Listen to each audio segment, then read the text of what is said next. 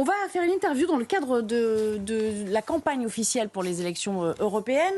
Aujourd'hui, nous recevons dans cette émission la tête de liste du mouvement écologie, enfin de la liste écologie positive. C'est Yann Derling qui est avec nous. Bonjour, merci de répondre à nos questions cet après-midi.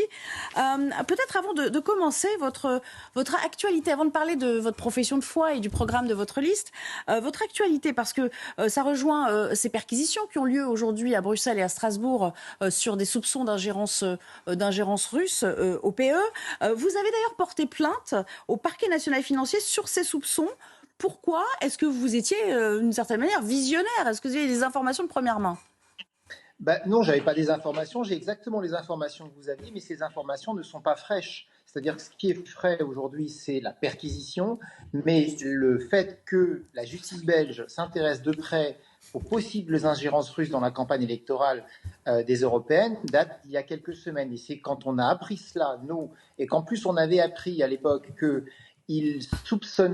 cette justice belge soupçonne qu'il y ait des élus ou des partis français, je ne veux pas les citer, puisque il faut qu'il y ait une enquête, qui seraient éventuellement mêlés à cette ingérence. Eh bien, nous avons saisi le parquet national financier, nous avons écrit au parquet national financier pour lui demander d'enquêter pour que, dans cette campagne électorale, et il reste peu de jours maintenant, on sache qui est possiblement mêlé, quels sont les partis ou les élus qui sont possiblement mêlés à ces corruptions. En fait, c'est de la corruption à l'égard d'élus. Voilà. Pour l'instant, donc c'est l'AfD allemand qui est dans l'œil du cyclone, mais bon, vous dites que ça pourrait toucher aussi des formations françaises, ça fera l'objet d'une autre interview. J'aimerais qu'on revienne quand même à votre programme. Qu'est-ce que c'est une écologie responsable et constructive? Est-ce que c'est finalement, Yann Derling, une sorte de label en opposition directe à ce que vous considérez, j'imagine, comme punitif de la part des autres écologistes et qui est donc incarné par d'autres? Est-ce que vous voulez vous mettre en contrepoint en présentant l'écologie sous un meilleur jour? Absolument. Le constat que nous on a fait, c'est que depuis quelques temps, depuis quelques mois, quelques années, l'écologie est devenue quelque chose qui est devenu perçu comme rébarbatif, coûteux, ennuyeux, qui pose beaucoup de problèmes à beaucoup trop de gens.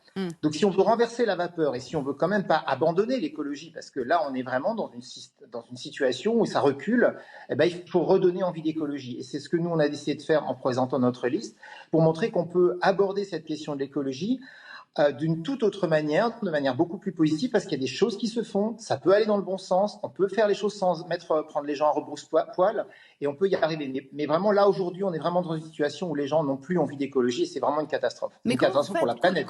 Comment vous faites? Donnez-moi 2 mesures de votre programme qui font qu'on peut déculpabiliser les électeurs tout en les conscientisant.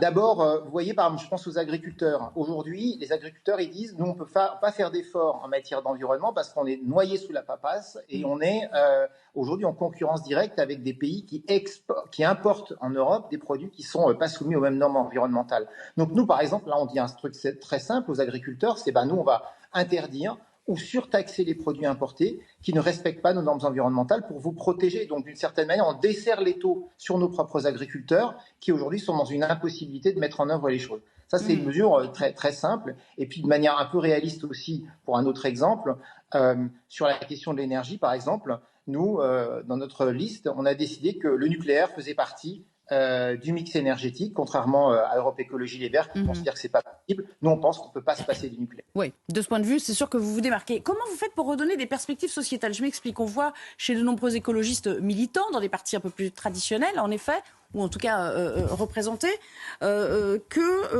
ne veut plus faire d'enfants. Est-ce que ça fait partie des choses que vous souhaitez encourager? C'est-à-dire que ça n'est pas incompatible, l'envie de contribuer à la démographie et de vouloir s'intéresser à la planète?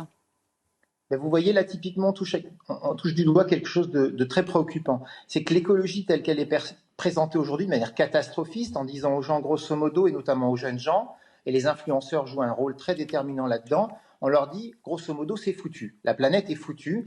Et la conséquence, c'est ce que vous dites, c'est-à-dire que beaucoup de jeunes aujourd'hui, considérant que c'est foutu et que la planète est foutue, ne veulent plus faire d'enfants, parce qu'ils ne veulent pas leur réserver un avenir épouvantable. Et ça, c'est une catastrophe, en fait, parce que d'abord, on ne peut pas laisser les gens penser qu'ils ne peuvent plus faire d'enfants parce que la planète est foutue. Et deuxièmement, quand on pense que c'est foutu, on est résigné, on n'a plus envie d'avancer, on n'a plus envie de se battre. Et donc, c'est pour ça que nous, on a décidé d'appeler notre liste écologique positive, pour redonner le côté positif de l'écologie en disant on peut y arriver, on va y arriver si on se lève tous les manches. Mais pour ça, il faut y croire à nouveau et donc arrêter de tout présenter de manière très noire. Une dernière question en cette fin de campagne, quasiment. Pourquoi la liste des Verts ne décolle pas, selon vous ? Parce qu'elle ne donne pas envie, parce qu'ils ont réussi à faire de l'écologie quelque chose dont on n'a plus envie. C'est ça la traduction de ce manque d'envie de voter pour l'écologie, c'est que les gens, ils n'en ont pas envie. Ils n'ont pas envie de cette écologie rébarbative, ennuyeuse, coûteuse, dont plus personne ne veut. Donc il faut complètement renverser la vapeur, changer de méthode, et c'est bien pour la raison pour laquelle nous on a essayé de présenter notre liste. En quelques secondes, votre mouvement, enfin votre liste aujourd'hui, elle regroupe plusieurs petits mouvements écologistes. Je crois qu'il y a Corinne Lepage aussi qui en est. Oui. Absolument, Corinne Lepage était avec nous. On a regroupé tous les gens qui, comme nous, partagent l'idée qu'il faut repositiver l'écologie. Merci beaucoup d'avoir été des nôtres cet après-midi. Yann Verling, on rappelle que vous êtes la tête de liste pour la liste écologie positive. Et merci à nos invités d'avoir été avec nous juste